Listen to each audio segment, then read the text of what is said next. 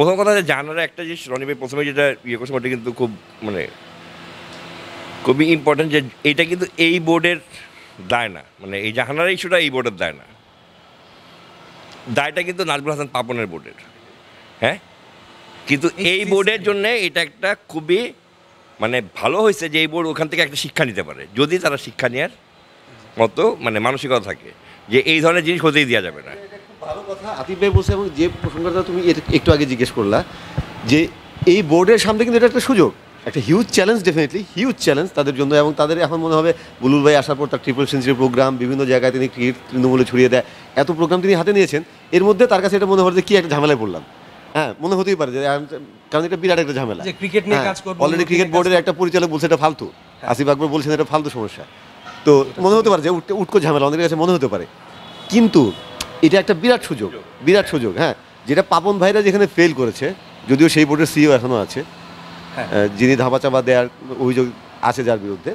যাই হোক এই বুলবুল ভাইদের জন্য একটা বিরাট সুযোগ। বুলবুল ভাইরা যদি এটা করে যেতে পারেন তাহলে কিন্তু বাংলাদেশ ক্রিকেটের জন্য একটা ডেফিনেটলি হিউজ একটা কাজ হবে। কিন্তু আমার আক্ষেপের জায়গা, এখনও পর্যন্ত আক্ষেপের জায়গা সেইটাই যে তারা ব্যাপারটাকে সেভাবে নিচ্ছেন কিনা, তারা জিনিসটাকে ঝামেলা হিসেবেই নিচ্ছেন বলে আমার মনে হচ্ছে। এবং এই জন্যই হলো এক এক সময় এক এক কথা বলছে, নানান কথা বলে বেড়াচ্ছেন, কিংবা টকশোতে যায় একটা স্টেটমেন্ট দিচ্ছেন, তারপর আবার একটু পরে দেখছি অফিসিয়াল আরেকটা স্টেটমেন্ট দিচ্ছেন। সো এই ব্যাপারগুলো তারা যদি স্ট্রংভাবে নিতেন, ক্লিয়ার মেসেজটা তুমি দাও যে হ্যাঁ ওই সময় আমরা বোর্ডে ছিলাম না, আমরা এখন আছি, ডেফিনেটলি আমরা সেটা সেইভাবে অ্যাড্রেস করবো এবং প্রপারলি একটা টাইম নিচ্ছি, ঠিক আছে, জামানার প্রতি আমাদের সবটুকু রেসপেক্ট আছে, জ্যোতির প্রতিও আছে, কারণ দোষ স্বীকার না করা, অভিযোগ প্রমাণ না হওয়া পর্যন্ত তো সবাই সেখানে নির্দোষ আসলে, তো তাদের প্রতি সেই রেসপেক্টটুকু আছে, সেগুলো দেখিয়ে তারা প্রপার যে একটা তদন্ত কমিটি যেভাবে হওয়া উচিত, যেটাতে কোনো আসলে প্রভাবের কোনো বিন্দুমাত্র সুযোগ থাকবে না, সেরকম একটা তদন্ত কমিটি তারা গঠন করে দিত, বাস তারপরে তদন্ত কমিটির মতো কাজ করে দিত। তিনি যেটা বলেছেন যে ব্রিজ করার জন্য বা একটা লিঙ্ক করার জন্য একটা বিসিবি ডিরেক্টর এখানে রাখতে হবে, সেটা খুব জরুরি আমার মনে হয় না। মানে যাদেরকে তারা তদন্ত কমিটি থাকবে তারা তো বোর্ডের সঙ্গে মিটিং করতেই পারে, এবং যে ব্রিজ করার জন্য যাকে দিয়েছেন তিনি নিজেই তো নতুন বোর্ডে, তিনি মাত্র এসেছেন, তিনি তো আসলে বোর্ডের সঙ্গে তার ব্রিজটা এখনো হয় না, তো তিনি কি করবেন? সো এই ব্যাপারগুলো তো আমি মনে করি যে বুলবুল ভাইদের বোর্ডের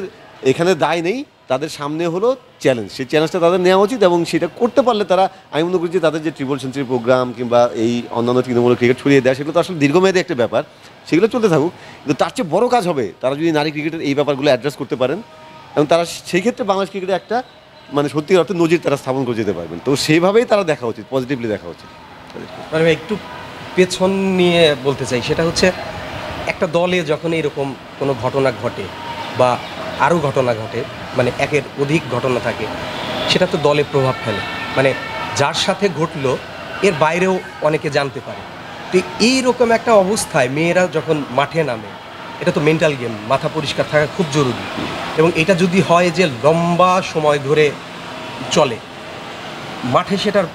প্রভাব পড়ে না পারফরমেন্সে? ডেফিনেটলি পড়বে। ভাগ্য ভালো ইন এ সেন্স যে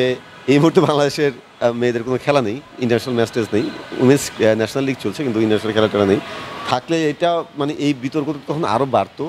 অনেক কিছুর জালপালা গজাতো, এবং ডেফিনেটলি তাদের জন্য মাঠে খেলাটা হিউজ চ্যালেঞ্জ হতো। ক্যাপ্টেন জ্যোতির এগেনস্টে অনেক অভিযোগ এসেছে, তার টিমমেটরাই করছেন, মানে শুধু যে জাহানারা তাই না, তার টিমমেটরাও অভিযোগ করছেন, সেগুলো সত্য মিথ্যা পরের কথা, যখন এত বড় অভিযোগ উঠছে, বাংলাদেশের ক্রিকেট মানে কাঁপিয়ে দিচ্ছে এরকম অভিযোগ, তারপর তো আসলে দলের ভিতর মানে ড্রেসিং রুমে কী অবস্থা সেটা তো বলাই বাহুল্য, এবং cricket very much is a psychological game, so এত কিছু নিয়ে ক্রিকেট খেলা খুব টাফ,